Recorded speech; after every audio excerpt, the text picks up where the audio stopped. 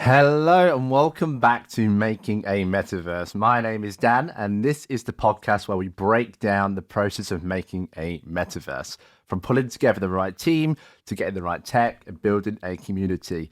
We cover it all every single month and have a laugh whilst doing it. Why should you trust us?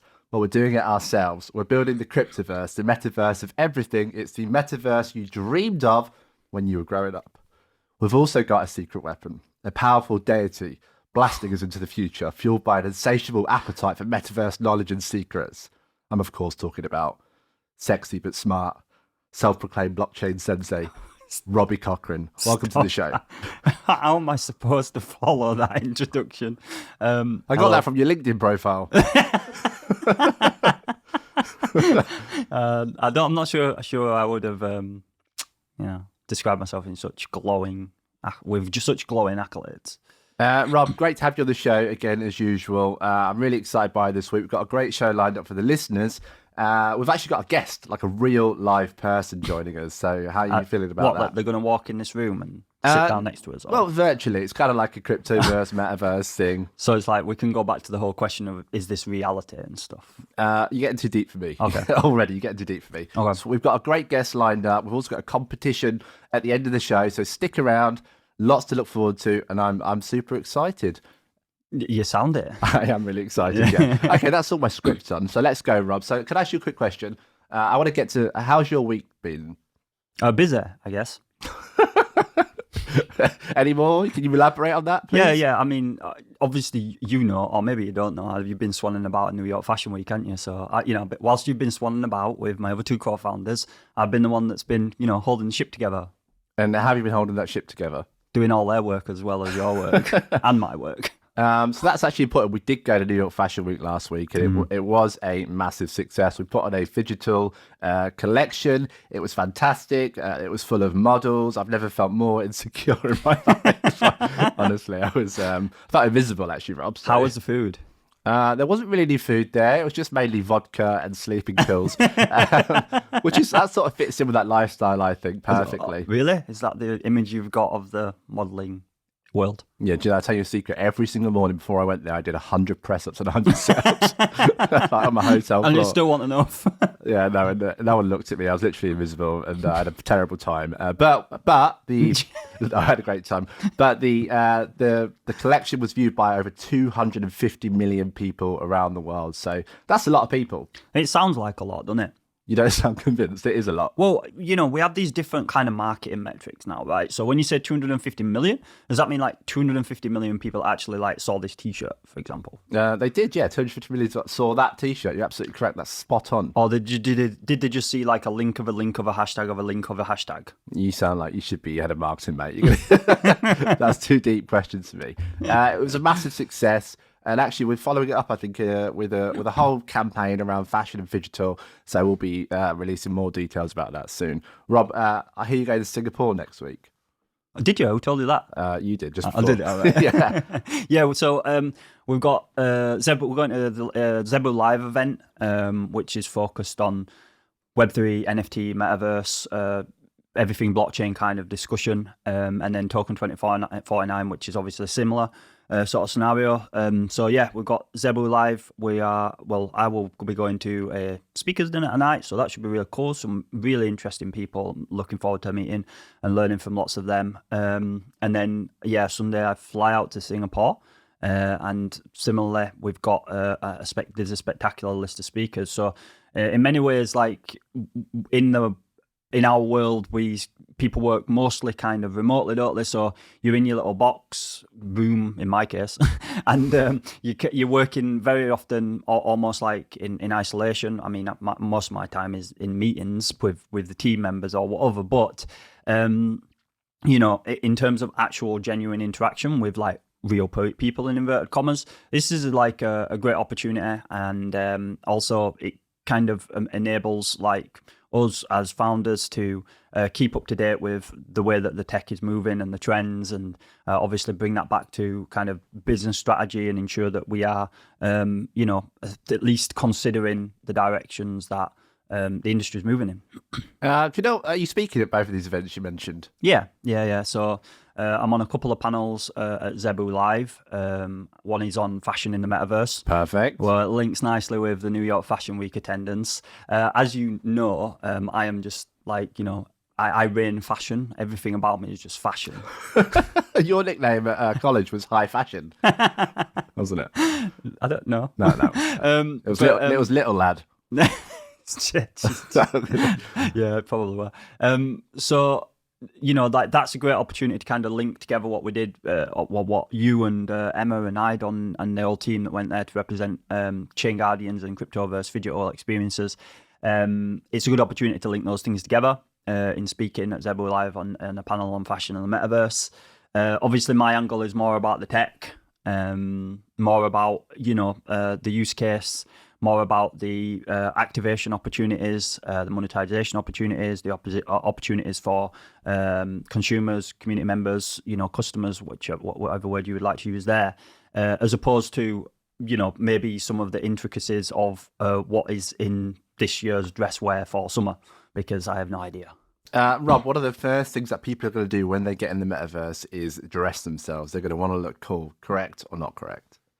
It seems that there is a very strong link between fashion and how people project themselves as a digital self inside metaverses or any sort of experience, can be social or gaming, where there's a representation themselves. They usually want to look lit, right? They usually want to look the part. Look lit. I'm going taking it. Like that's how trendy my use of language is. Never mind my fashion sense. So but there's a strong link there. It depends on the individual, because if you look at somebody like myself, like even when I played games, I wasn't that bothered about how my character looked per se. Let's say take World of Warcraft. Because you've got mad skills, though. That's the difference, right? It's not about the mad skills. It's more. Do you have mad skills? Yes or no? No, I was no, it was good. I was good on CS:GO for a while.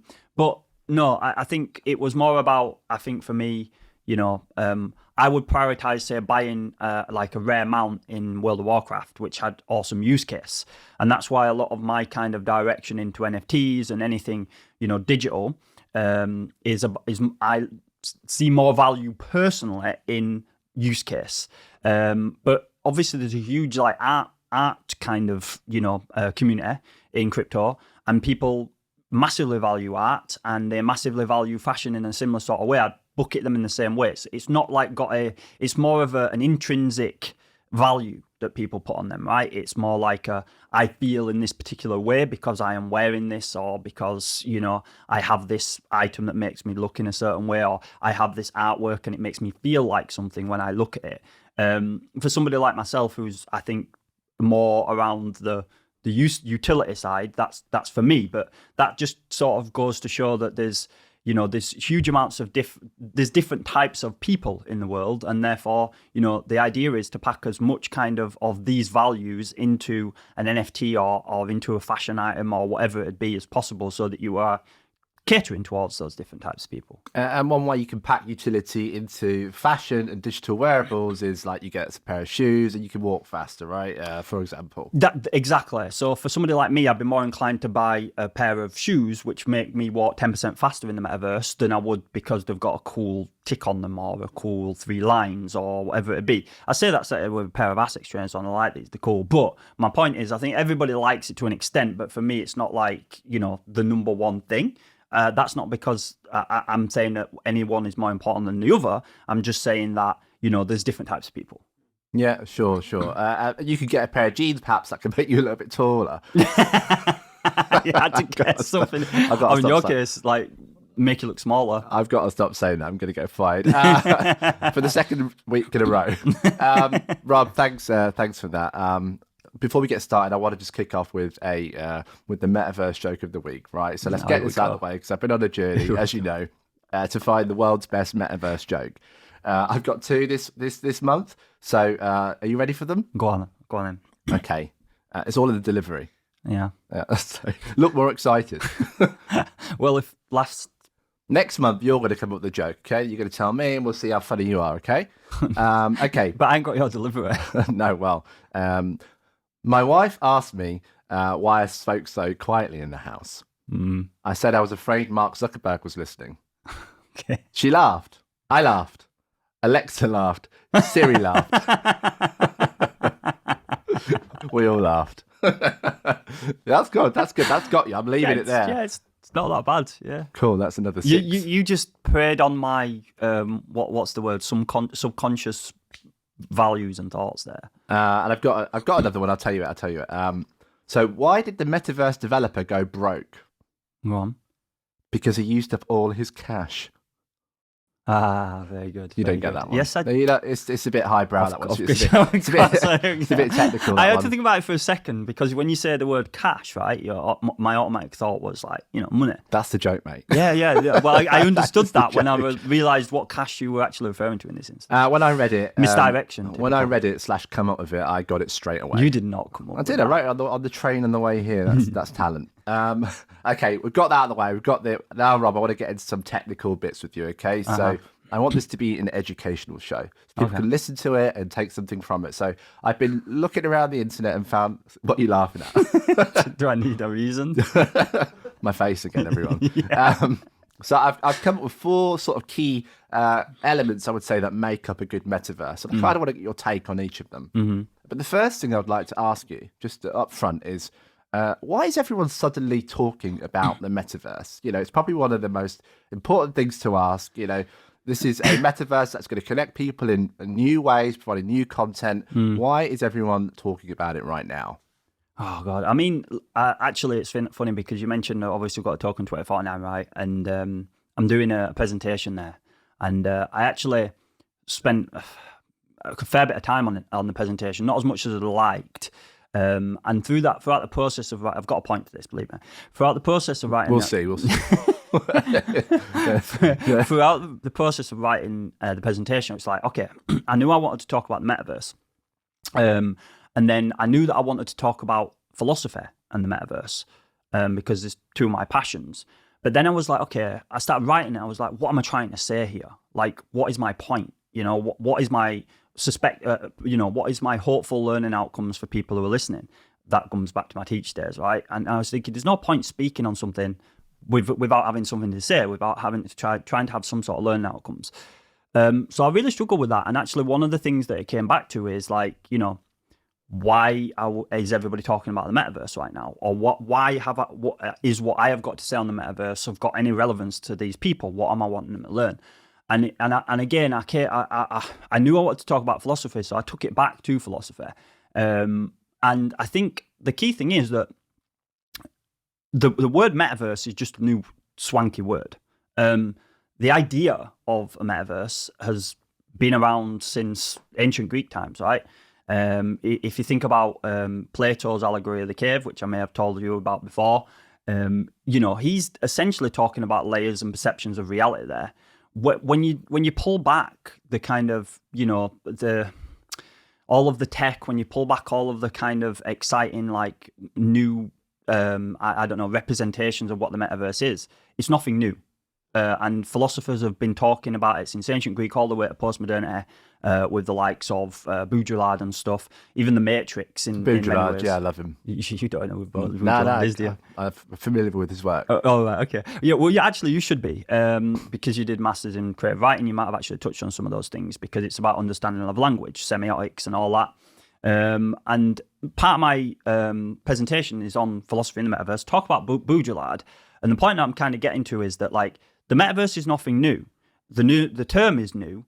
The thought and the kind of the philosophy and the intellectual reasoning behind it, and the idea of alternate realities and whatever has existed for a very long time.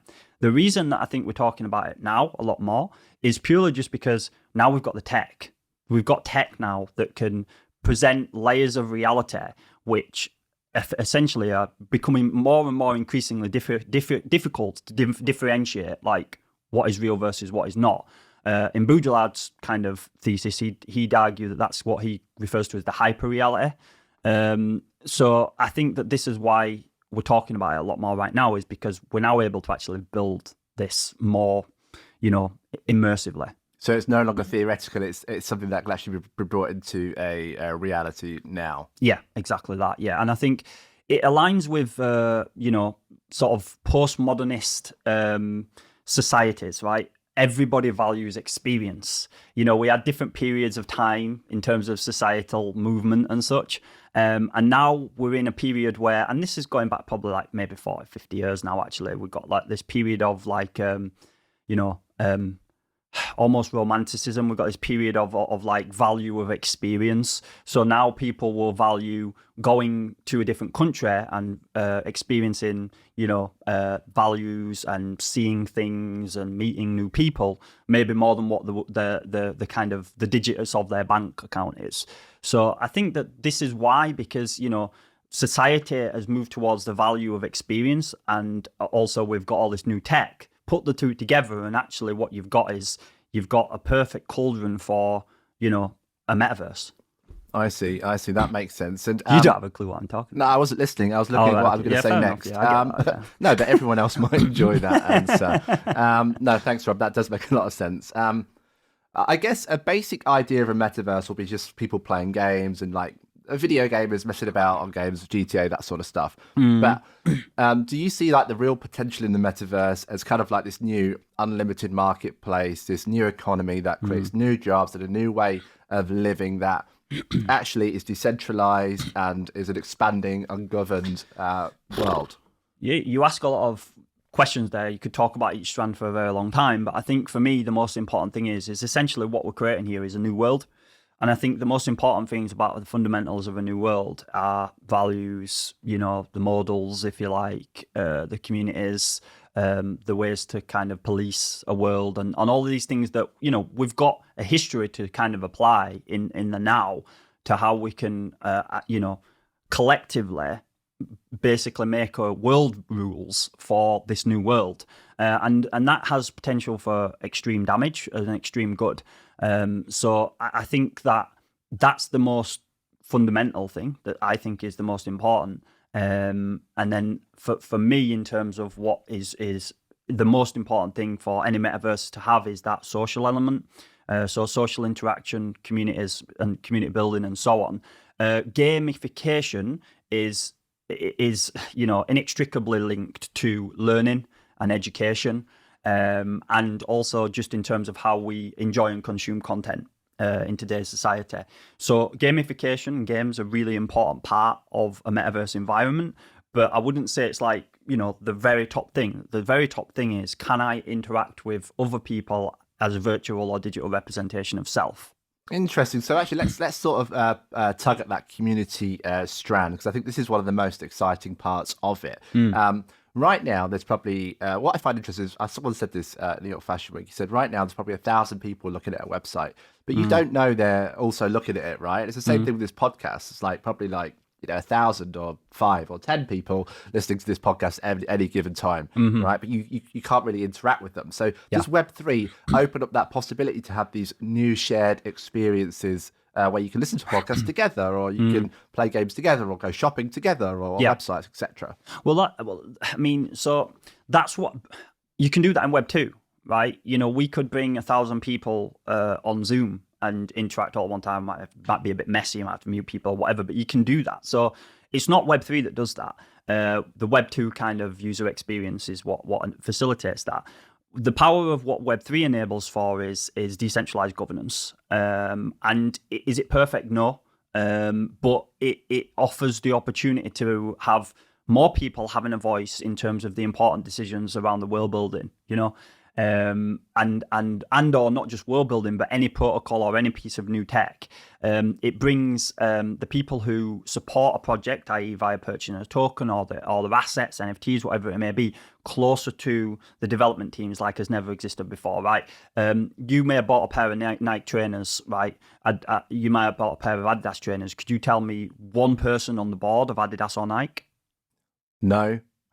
So my point being here is that, I would say 99% of our community would know either one of me, Emma, and or Idon. Probably 80% would know who you are, at least, right? So 90. maybe 90.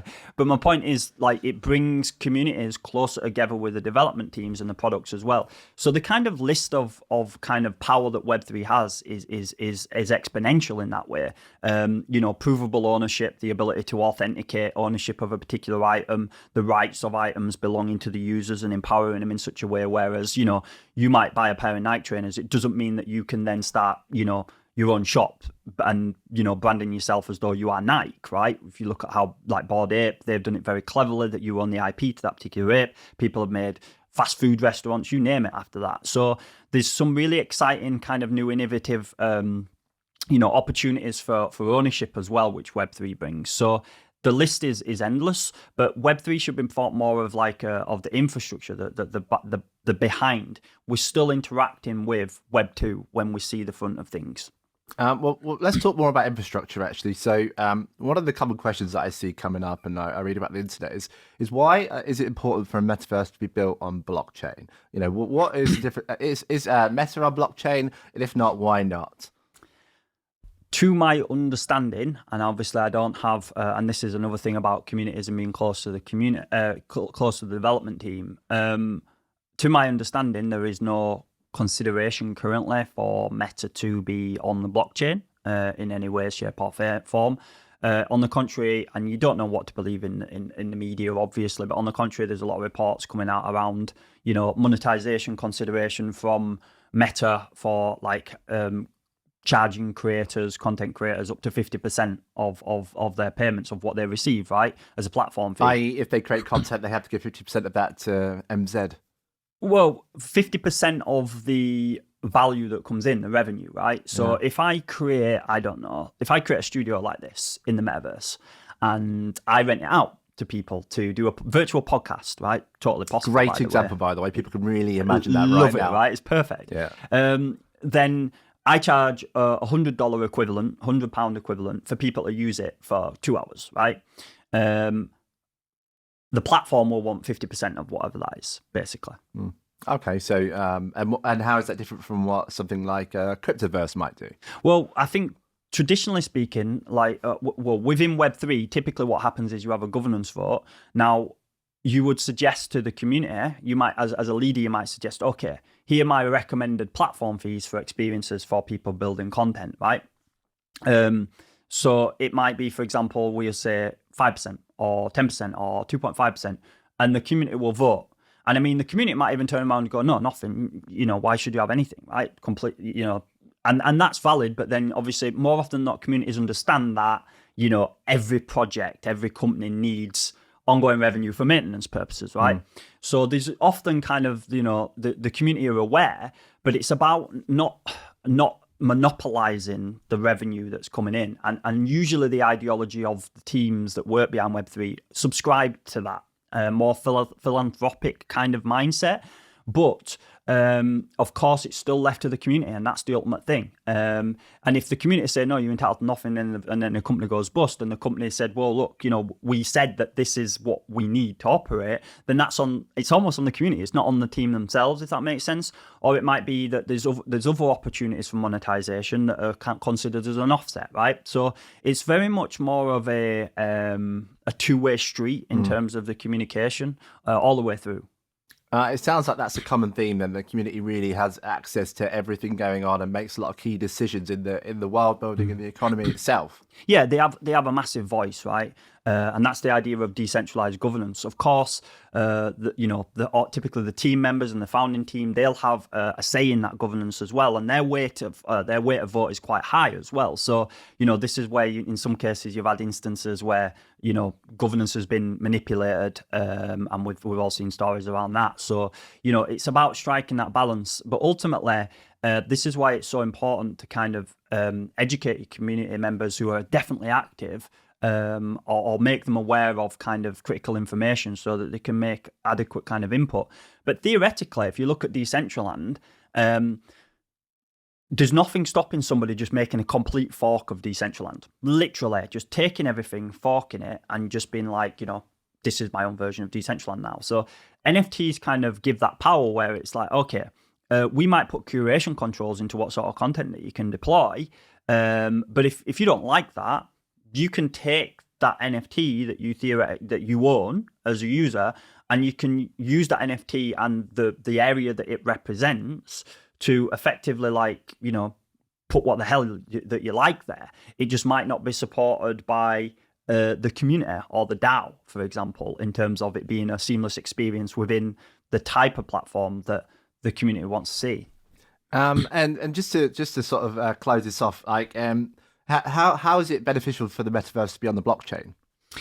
Well, it comes back to you know, that kind of provable ownership. Okay, yeah. For me, anyway, there's loads of different reasons, but that's one of the biggest ones. It's about the, you know, shifting the kind of control over monetization. Transparency. Yeah, transparency, shifting the control of monetization, you know, to equal fair share in voting power, or even more to the community as well. You know, that's just one kind of real positive of you know, Web3. How are we doing Cryptoverse, and what blockchain is that? So Cryptoverse is an interesting one. Essentially, the NFTs, if there are states, are held on Ethereum, and the singles are on Polygon. But in essence, there's nothing stopping Cryptoverse from adopting any chain. Okay. For, you know, where those chains are more appropriate to be used. We're kind of chain agnostic in a weird way. Yeah, and I think that comes back from our time as founders at ChainGuardians, which continues, obviously. The idea was that we were gamifying the blockchain universe, right? And that each chain or its tech would be meaningfully adopted in its most relevant area, and doing pieces of education around that. So it might be that for a UI UX, it might be really good to use Elrond for non-blockchain savvy users, because they have this, you know, essentially user experience where a user can get a wallet just through their mobile phone, and then their number is stored as a hash of a hash on the blockchain. So really kind of super safe in many ways, and also really user friendly for somebody to essentially get a blockchain wallet with just a mobile number, so they don't even know on the back end that that's it. So that might be a really good example of where we would use Elrond for people to kind of sign up that aren't blockchain savvy. That's really interesting, Rob. Thank you, Dan. No. Rob, that's really interesting that you touched upon that, actually. Digital currency, things like that. It's been around for a while, obviously, with Bitcoin and sort of Amazon, eBay, kind of building these digital economies for many years. What I find interesting is that how do you see that? When is the tipping point of people being able to use this in the everyday world? So you talked about like having a wallet and things like that. You know, it's still quite complicated, I would say, for the majority. How do you make it super simple for somebody to go, hey, I'm signing up to this metaverse and I'm going to pay this way, and it's just like literally putting my card details in? Yeah, I mean, there's two kind of modes of thought, like everything in the world. It's like balance, right? Black, white, yeah, blah, blah, blah. So one system of thought is that you need to make everything super simple so that a user doesn't even know that they're interacting with blockchain. And you might make material available so they can learn if they want around what blockchain is and the kind of the potential and the power of it. But effectively, they would just be used to interacting with like Web2 interfaces. It's right. It's like Netflix, email, password, boom, I'm in, yay. Do you know what the challenge is, Rob? It's like having to remember your password for everything. There's so many passwords. You have like a 25-word safe phrase that you have to remember. And if you lose that, your money disappears, right? And that's kind of like, you know, poof, gone. It's just gone into Mark Zuckerberg's pocket usually, but probably. So that's the challenge, I think. How do you make that simpler? Or do you recommend, are you saying on air that you need 25-word passwords? I mean, look, this is what I'm trying to get to, is there's two modes of thought behind it. It's like, on one mode of thought, it's like, you know, if you're not prepared to take ownership for your own wealth storage, then is blockchain really for you? Blockchain, it can be, it's like, you don't care. Let me give a better example here. You don't probably care, or nobody really probably cares, or very few people that aren't developers, you know, what code makes this website work, what code makes Facebook website work? What code makes a computer game work? Computer gamers don't sit there going, "Ooh, this is Unreal, this is C++, and I understand the function and command it." People just don't do that, do they? They don't care. What they care about is that it's like, when I use it on the interface, it works, and it works quick, and it's easy, and there's no barriers to entry. So there's one line of thought that it's like, okay, that's what blockchain needs to replicate. And it's difficult because there's always going to be a step of authentication that you need to make for, to basically prove that you are who you say you are, right? Which is not what Web 2 requires. So you've got this little bit of education that you need to do, where it's like, you just need to say that this is you, and this is how you're saying that this is you, by signing this signature on a wallet, or by putting your mobile number in and getting like a return text, and then putting that in, and then we'll do all the back end for you, and we'll generate this wallet for you, and you won't even know you're using it, but you've had to do that. And that's kind of what Elrond sort of does, right? So there's two modes of thought. That's one of them. The second one is that if people can't take that step towards at least understanding why they need to look after their own seed phrase, it's a bit like saying, then maybe, sticking with a bank is better for you, but you still need to remember your PIN number. You still need to remember your numbers that you sign into your online banking for. So it's, I think that there's a balance. I think that the kind of the gold standard here is that you have the option for those that just can't be backsided or asked to learn, and you just give them an opportunity for easy access. But they'll be, in the small print, they'll be like, look, if you lose stuff this way, or if the network's compromised or whatever it is, on you, we aren't we can't be held accountable for that. Accountable. Yeah, accountable. Right. And so, there's it's like walking out of your door in the morning. It's like, or walking on a road. Like, there's an element of risk with everything that you do, and more often than not, it's very difficult for companies to take accountability for the ownership of your own assets, because that's what Web3 is about, empowering you for your ownership of your own assets. I guess that is the big difference then, isn't it? So if you're a normal person, normal bloke like me, 6'5", absolutely stacked, right? Classic. You trust the bank to look after your money, and you kind of, it's in their hands, right? So yeah. With blockchain, it feels like you are kind of taking that complete ownership, and that's where the scary part comes in. Yeah, absolutely. I mean, look, there's a lot of work being done in the blockchain space, even for example, insurance. We worked quite closely with Bridge Mutual, one of the earlier, there's Tidal as well. They do insurance for like chains and networks and stuff. So if hacks occur, they will reimburse that through like this pool of money that's put together, and people are rewarded for offering those pools as insurance policies and so on. And then the community votes as to, based on investigations, as whether it was a scam or a real hack and whatever else. And there's quite sophisticated work going on in the insurance side of things. So as that takes more steps forwards, the more kind of the more trust will probably come from the user side. But there's risk with everything. You only need to speak to the poor people in Venezuela, or is it Bolivia, around there. Don't get them confused, Rob. Which one is it? Is Bolivia in it? I don't know. No, I'm pretty sure it might even be both countries, but one of the prominent Latino American countries had a massive currency crash recently, massive.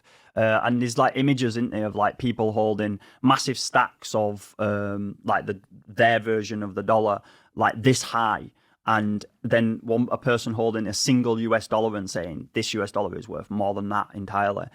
So, traditional currencies and fiat, you could argue are every bit as unsafe as decentralized currencies like Bitcoin and Ethereum, if not arguably more so, because you always have to have trust in somebody or a group of people who you don't know who the hell they are.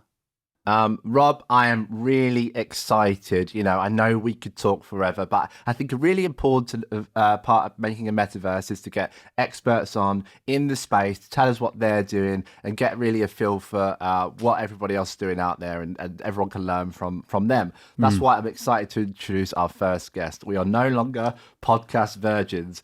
You'll still be a virgin in real life, though. Do you want to go down this route again? No, but it's just Do we true, need to Rob. cut again? Admit it, you're a virgin. It doesn't matter. It's cool. You're allowed to re-say that, but I can't re-say my comment that you've cut. No, they're just on the record. Rob is a virgin. Let's focus on Fred. Yes, can I give a very special welcome to the Domi Online master, musical sensation, actor, writer. He's got 500,000 monthly listeners on Spotify, 3 million followers on YouTube. Welcome, Fred, better known as Pella K. Welcome, buddy. Oof, thank you. Yeah, killing. How you doing? Hilarious. Yeah, no, pretty good. How you doing? Yeah, not bad. Are you in your studio? As always. Yeah. Yeah. You didn't talk about Fred's or Pella K's current project with Domi Online, or you didn't introduce him as the founder of Domi. And you obviously wasn't listening because I did say welcome to the Domi Online master. Oh, okay. I did say that. All right. Yeah. My bad. Not listening. That is embarrassing. Yeah, I never listen to you. Pella K, thank you so much for coming on the show. We really appreciate you taking time out of your busy schedule, which obviously is super busy because actually, obviously we've met a couple of times, spoke a couple of times, but what really annoys me about you is how talented you are. Like, you're an actor, you're a singer, you're producing a game. How do you do it all, right? Well, thank you. I guess like most of those things, like acting and singing and all that stuff, is just me. But I mean, Domi is a team effort. Rob here has helped me immensely as well. So it's a really big project, right? Yeah, flex those biceps. What biceps? No, I mean, Domi is a team effort. It's a big team. We're about 30 people. Of developers and voice actors and everything, and musicians, etc. So that's not just me. It was my idea, and I started it, but it's bigger than me at this point. So heading into alpha in a week, so we're extremely excited. Yeah, Fred, Pella K, tell us a bit more about this alpha opportunity that you've got coming. I mean, you've been sharing updates month on month with the investors, with your community, and with ourselves. And I've actually had to give Dan a kick up the backside and be like, "Where's our amazing video?" Like, Domi Onlines. We need to do something like that for Cryptoverse. So I've been super excited seeing these updates, and it's now really coming to the fore with alpha. Can you tell us a bit about the alpha, when it's due, and how people might be able to get involved? Yeah. So first of all, I guess I might mention to those who are not familiar with Domi Online, it's a MMORPG, a massive multiplayer online role-playing game with no level cap and no skill cap, where death has major consequences. Quite similar visual style as World of Warcraft. We felt like that's a timeless look. We did a lot of research on this. As you mentioned before, I'm not a very accomplished actor, but I've been acting in a few things. And a lot of times when you're acting, they put you in a hotel room like for 14 days to wait for that one day to record. So it gave me a lot of time. And I would play World of Warcraft, I would play Final Fantasy Online, I would play other games like TBR, and I would write the game design for Domi as a hobby. And so 2 years later, I was supposed to tour Japan. Most of the business I do or music I do is in Japan. And then COVID hit, and it's like, okay, all the plans are canceled. Maybe we'll try and actually do something with this. So I self-funded the initial development process, and actually showed it to Rob and to Emma, and they're like, wow, this is actually really exciting and everything. And they helped me.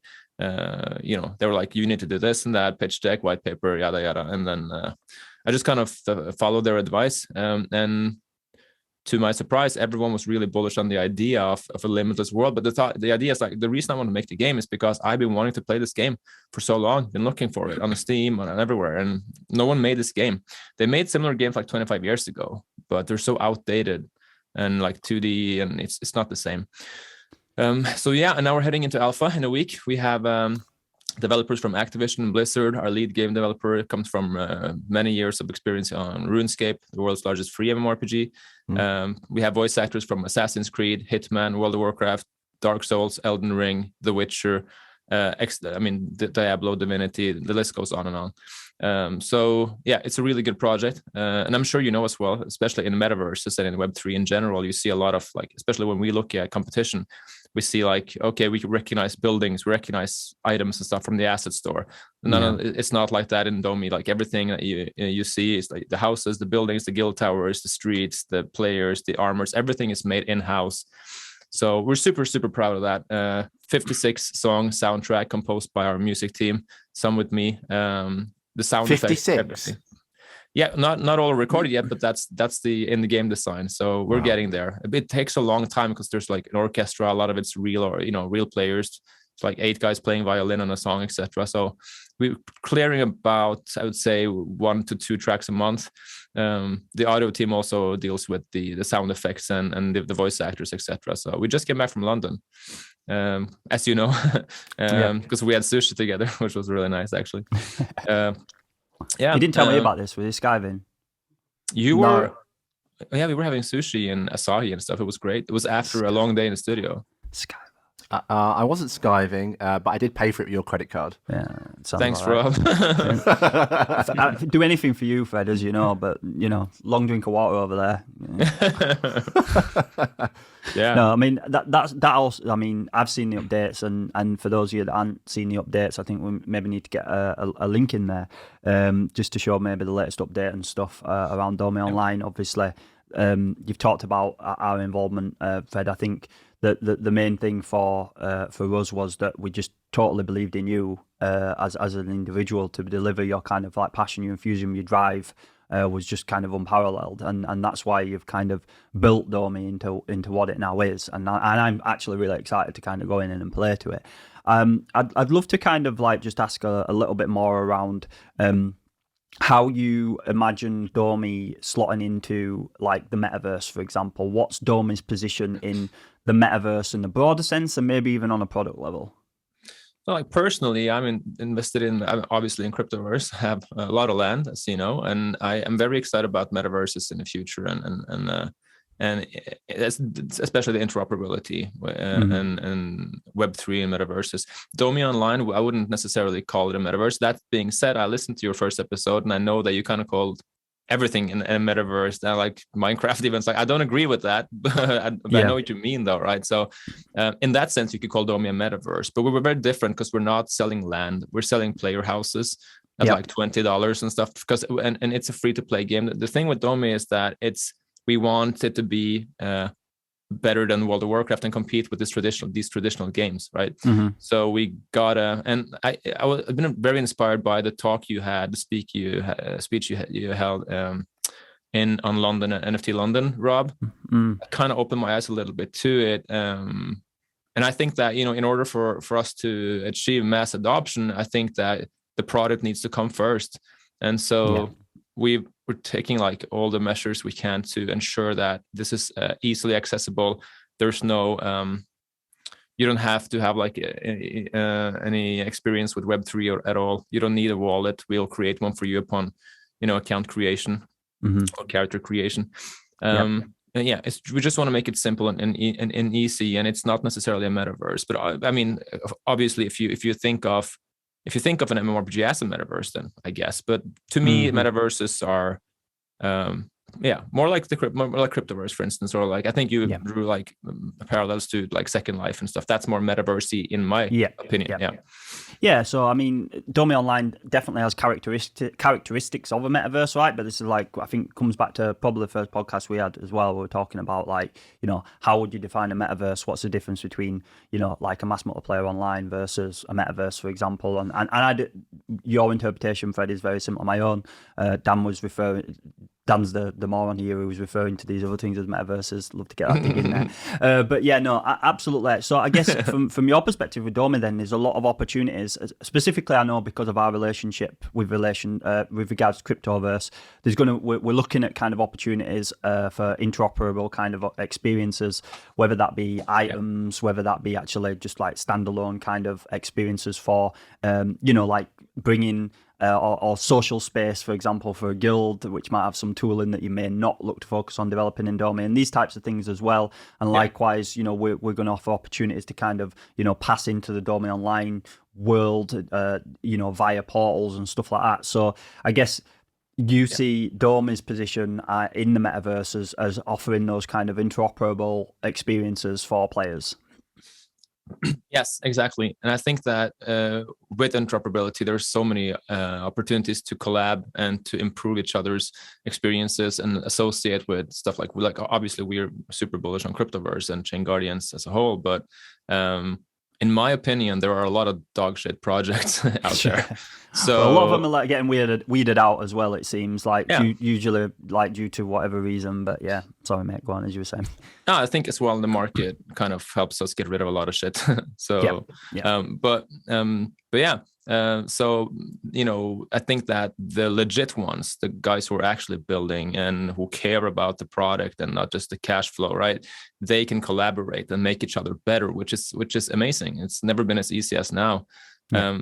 And of course, as well, like we initially, for me, with writing the GDD, like our white paper is 91 pages. It was initially 300 because that's how much I care about how this game is going to be, right? Like the mechanics and everything. So for us, it's the game that matters. But honestly, I really think that down the line, right now, there's a lot of because there have been so many PFPs, been so many NFT sales where the utility has been poor. And it's been a lot of the NFT sales as well, and especially with metaverses and land sales in general, it's been expensive. So there's been it's hard to get in for everyone, right? But I think that technology makes it amazing. Like a lot of my friends, like you actually met one of them, like Daniel, the Excava guy, bro. Yeah. His full-time thing was like selling and buying skins and using Bitcoin to trade them, right? And he was afraid that they would take it down, like because everything's on someone else's server, like you talked about in London. Who really owns it, right? Is it really you? It's so centralized. I think that the decentralization and the true ownership of assets is such a cool thing. Like when I played Tibia when I was younger, I have a lot of elements from Tibia that I've tried to put into Domi as well. It's a very old game, but I love it. I want to sell a dragon scale armor, and I had to take the train 2 hours to find a guy in the city and don't tell anyone because it wasn't legal to trade it and stuff. We're making it so simple now. And you see games like Axie as well, where people actually make money from the time they put in. I think it's amazing because we never had that opportunity before. But in reality, for people like me, when World of Warcraft Classic came back out, I played 18 hours every day, and I didn't even know that happens. But your feet can swell up; they were this big, because you just sit all day, and that's I know it sounds really nerdy and stuff but that's the best life. I love that stuff. I like to wake up in the morning, be gaming the entire day until I fall asleep. But there are so many things. There's so many things holding you back to that makes that experience feel very not rewarding, right? Because first of all, in games you're limited by your level, your strength. In Domi, for instance, biggest reason we made this because there is no level cap. You can become level 500. You can go into a city. You can completely obliterate everyone. And I think you should be. That sounds like you're going to be the one obliterating everybody, though. Fed enables God mode and just goes wrecks everybody's hours. Your 18-hour days, basically. You're going to be level 10,000 and just destroy it all before you go to bed. It gets gradually harder and harder. I think we're going to probably see a big stagnation around level 70 to level 90. But yeah, you can. There's nothing holding you back from actually becoming level 500. It's just about the time you put in. And I think that's amazing. And I think that it just goes hand in hand with our philosophy of no one should limit you. And we also, and I think that we shouldn't own your assets. We shouldn't decide what you do with your time or with your, your weapons, your house, etc. And I think that if we do this right, then it will be the next biggest MMORPG. And that's also why we, for instance, can't sell like metaverses, sell expensive land, etc. Because we don't want people who can afford $10,000 houses. Just doesn't make sense in our ecosystem. They need to be affordable for everyone, and that's why also why you don't need an NFT to play, etc. Because we don't want 10,000 players. We want millions. Of course, the way we get that is by making the best game. But that's what we're trying to do. Yeah. Can I ask you a question? With the sort of property ownership that you talked about, is this a continuous world where that sort of house in Domi Online is there forever and it doesn't change? So everybody has a unique place basically that they've purchased. Yeah, there's a key to a house. So the city has 3 different tiers of houses, and on the mountain ridge overlooking the city, there are 5 guild towers. So right now, that's what we have. I think there are about 50 something. How we've been going back and forth on this for the architectural integrity of the city and everything. But so I think we'll have 3 or 4 keys per house, and they're not bound to a server. So yeah, you buy a key to a house and then you have access to that house. And I know that in Web3 it sounds weird to say this, but not everyone potentially can afford a house, even though it's $30. When we haven't set the prices in stone, there might be 15, there might be 50. I'm not sure yet, but we want to make it affordable. So we also want to make it so people can invite their friends in to sleep in their bed, and have X amount of beds per house, etc. The guild towers as well is going to be nice for people who can't afford to buy a house or just don't want to buy their own house, because it's going to house a lot of players. So yeah, we're making it available for everyone. And then we also have further utility for our Domi token, which you can farm gold, silver, and copper, or bronze, and you can also use Domi for certain items in the game, like the Phoenix amulet. So we're trying to find that perfect line between, like, we don't want it to be pay to win, but we still want to provide utility for people who want to use our tokens. So yeah, still very interesting. You're still in revenue flow, right, Fred? Like, any business. So I guess, the Domi token is really obviously going to be like a helpful in that, obviously, in the adoption of that. Yeah. So you have to obviously balance the kind of like the free to play elements with, the perks of encouraging people to kind of like, buy the Domi token, for example, right? Yeah, exactly. So like, we're not selling weapons and armor so people can get more powerful from us selling them gear. And the way that damage scales in the game, and health and mana and movement speed, etc., as well, is just about level. And we're not selling experience. You have to actually kill mobs or do quests, right?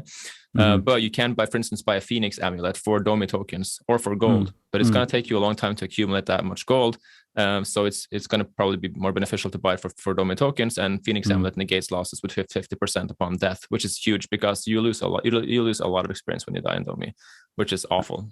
And I guess, Fred, as well, like the kind of revenue opportunities will come from it if you enable people to buy and sell their items, and if they want to price it in Domi, they can.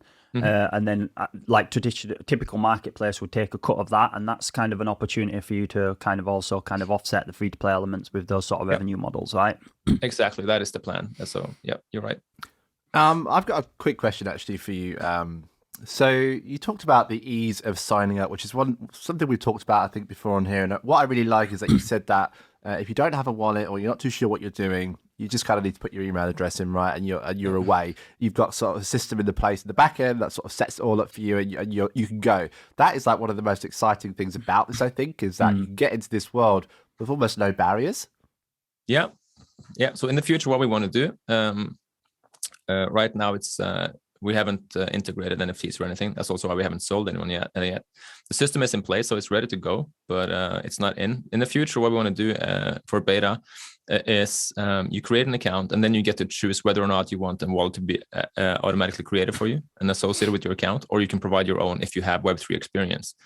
So yeah, you have the option, and we want it to be super simple. You're not supposed to need to know anything about Web3 to be able to play. I think that's something, and certainly the metaverse creation for us is something that we would also potentially consider when sort of building this out in the future, right? Oh, yeah.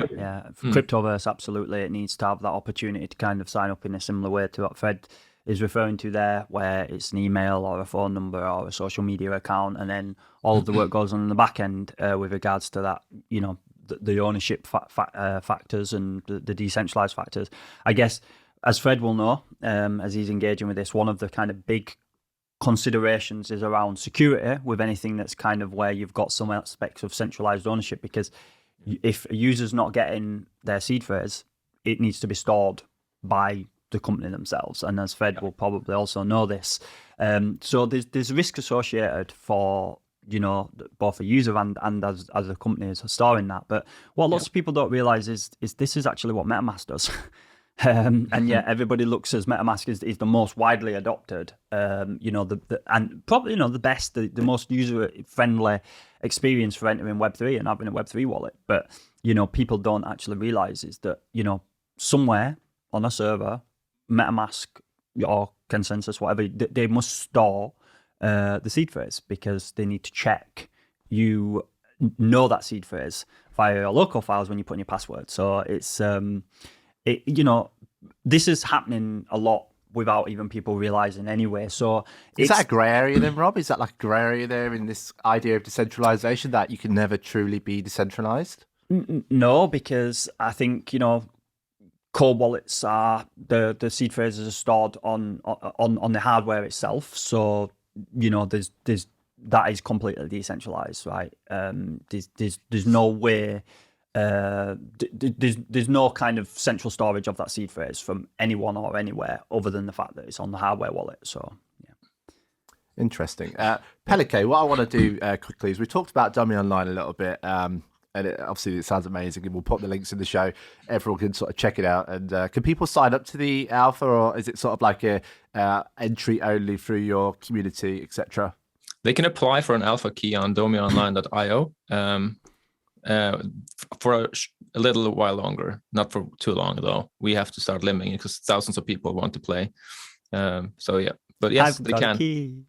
Can we guarantee maybe like 5 listeners of this show a key? What are you saying? I'm like 5's a lot. You're asking for 5? 10? No. Can we guarantee one listener of this show is going to get a key? Let's do 5. That's fine. It's fine. 5 is fine. In not too long, probably in October, we're going to allow thousands anyway. So definitely we can give a key to 5 listeners of the show. No problem. Okay, that is settled. And that is a giveaway. And, that I just made that up. So, all praise goes to me there, I suppose. Yeah, but I guess, you got to make them, you got to make people do something for it to be meaningful. So, they can follow my personal Instagram. Fred, have you got any immediate call to actions in mind that you'd like people to do to kind of have the opportunity to win one of these keys? Putting you on the spot there, man. Yeah, just go on domionline.io, apply for the alpha. And I suppose they can have a special, because there's a text box you can put, do you have any additional information? They can say that. What about secret word then? Because if they can put in the text box a secret word, make it Mickey Mouse then, like your shirt. There we go. Mickey Mouse. Mickey Mouse. So the first 5 people to go and sign up for an alpha key and put in the text box when you sign up Mickey Mouse will get alpha access to Domi Online. Wow. Well, I'm gonna get all 5 keys myself. Mickey Mouse. Well, we're not going to allow multi-boxing. So what are you going to do with it? You're just going to need one. So I want to finish this segment off, Pella K, by asking you some questions, quick fire questions, because I feel like in these shows you often get to learn about people's projects, but not too much about the person themselves. So I've got kind of like 10 questions. They're all really easy. Are you ready? It was really funny when you did this with Robbie. Quick answers. He's like, it took his time with every single one. Yeah, but then he asked me to elaborate on every single one. 10 minutes later. Just needed to be a closed answer. Well, I've selected the questions a bit better this time, so I've actually thought about it, and they are quick fire, okay? And we're going to get to know you deeply, personally. We're going to know you better than anybody after this. Let's go. I wish we had some sort of clock or some sort of music in the background for this segment. Just speak to the man we're speaking to. I'm sure he's got millions or thousands of really appropriate sound clips there. If anyone doesn't know, Pella K and Estelle have actually created a soundtrack for Cryptoverse and for ChainGuardians. They created it for ChainGuardians. We're just stealing it from Cryptoverse. So we'll be releasing more information about that very shortly, but we'll probably put some of that music over the segment if we can edit it that way, if the producers can edit it that way. I'm looking at them now. Can they? We're not sure. We're not sure about their skills. Joking. They're amazing. No, they're awesome, yeah. Okay, you're going to ask. Yeah, you're going to Are you ready? I digress. Let's go. Yeah, I'm ready, yeah. What is your favourite city? Tokyo. Nice. I told you it'd be somewhere in Japan. I knew it. It's quick fire, okay? Stop getting involved. Sorry. Okay. What motivates you to work hard?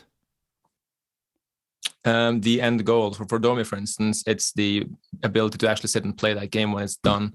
And with music, it's like being able to be an old man, listen back to all the thousands of or hundreds of albums I made and just kind of look back at it. I like the idea of that. I'm proud of it. What is your favorite thing about your career? That I get to work with so many really cool people like Rob and you. Yeah, I think that's what it is, to be honest, because that's so unique. And I a lot of times try to do it every day, just to kind of list up everything I'm grateful for, and the people are on the top of that list. So definitely that. No, I'd have to agree with you there, bud. Who is your hero? My hero? Wow. And you can't say me or Rob, like that's obvious kind of thing. It was such a Kanye West moment if I was just like myself. But no, I don't really know who my hero is. Damn. I don't really think I have. I don't know, dude. Well, have a think, and Rob, tell me who your hero is.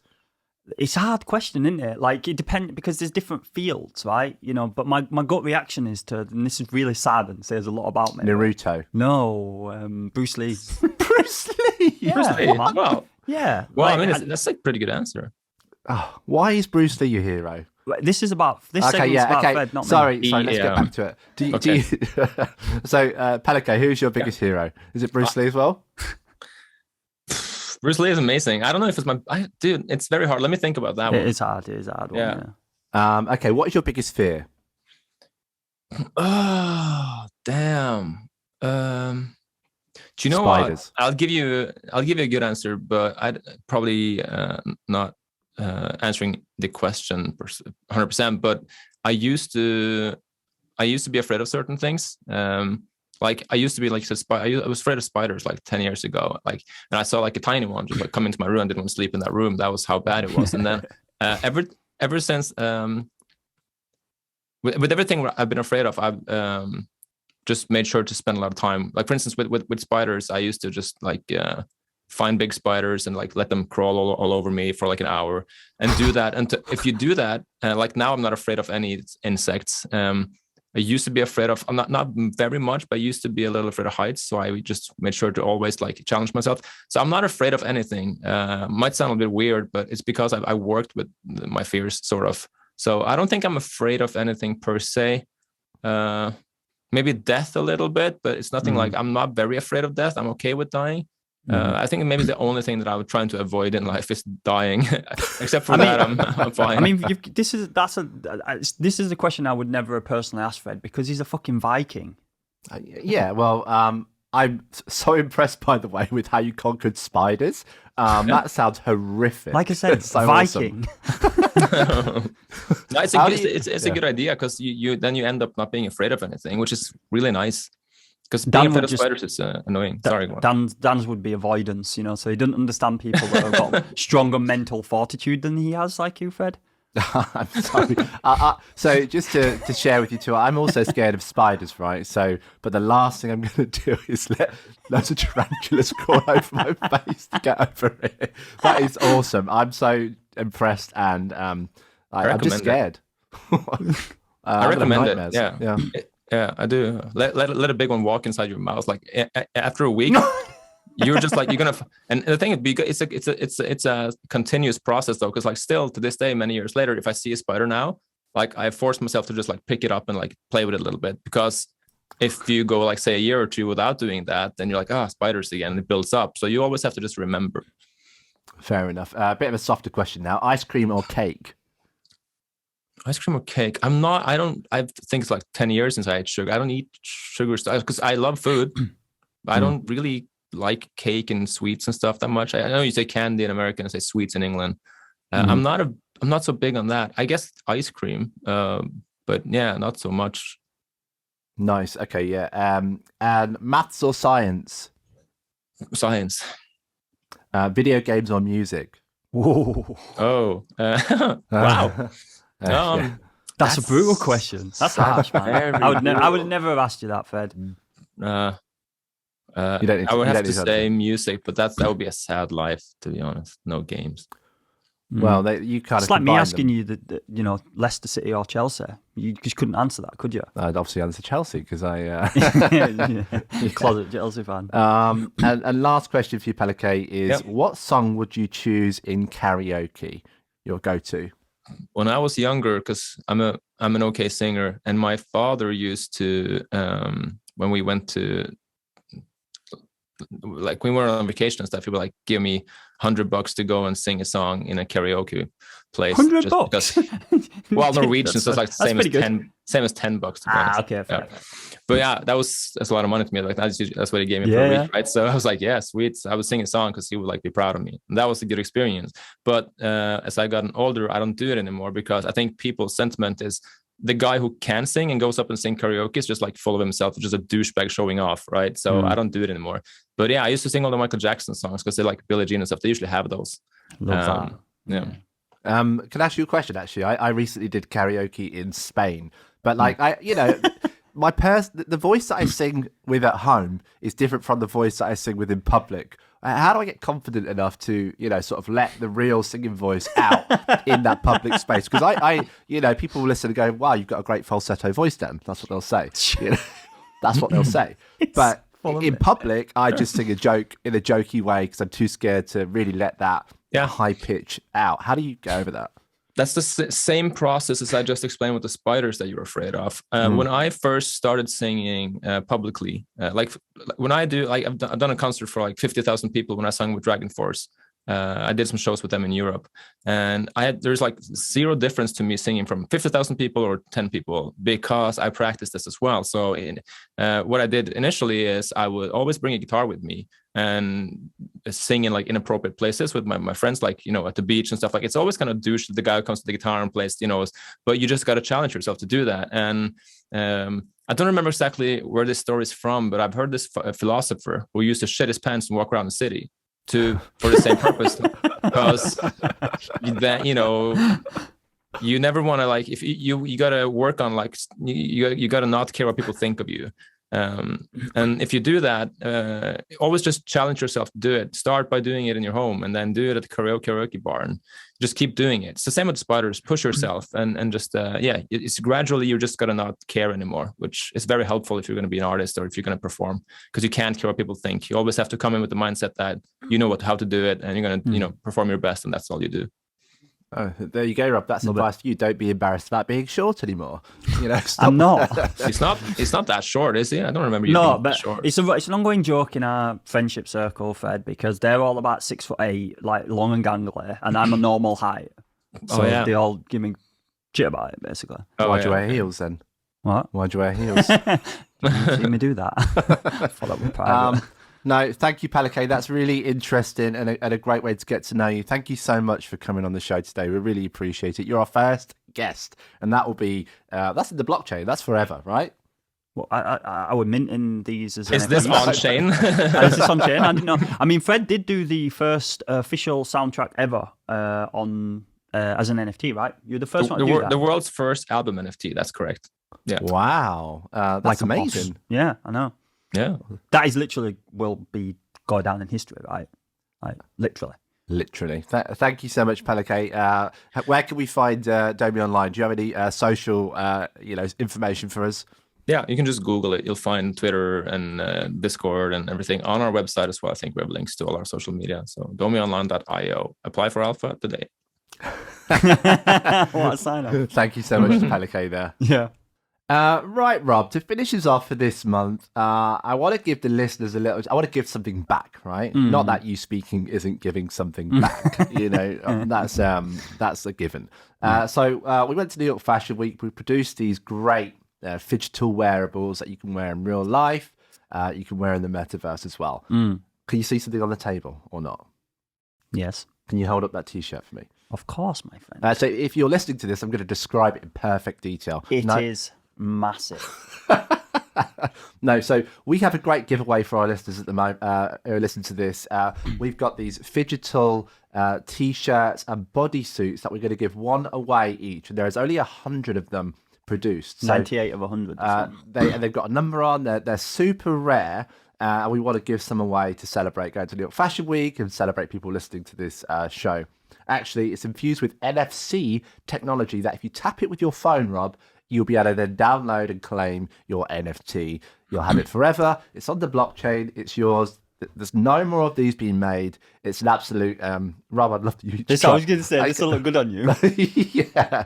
Rob, you should try that on. And the fashion is inspired by the runway collection we did at New York Fashion Week, and actually also inspired by the ChainGuardians. This says XL. I mean... Well, no comment, Rob. If you're listening to this, then you just need to watch the video because Rob is holding up the bodysuit right now, and it looks like it's going to fit him snug.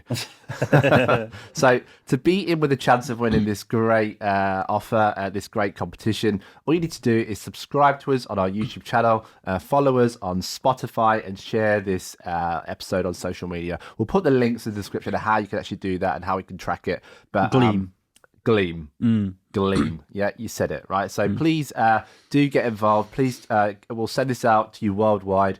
Rob's very familiar with his postal office, so you can go around and put it in there and send it. Can't you? That's your job. Yeah, so it's the sort of thing I pay you for. I'll be doing it, and I'll be taking a first class ticket to wherever you are in the world to give it to you in person on Rob. So thank you everybody for listening to today's episode. We'll be back next month where we will have to think of some more stuff to talk about with new guests and new exciting topics. Thanks to Fred, Pella K. Please check him out. Thanks to Robbie, and thank you from me and the producers in our little secret bunker in Nottingham in England. Enter the competition as you can win this great prize. And yeah, thank you so much for listening to Making a Metaverse. Thank you, everyone. Much appreciated. Bye.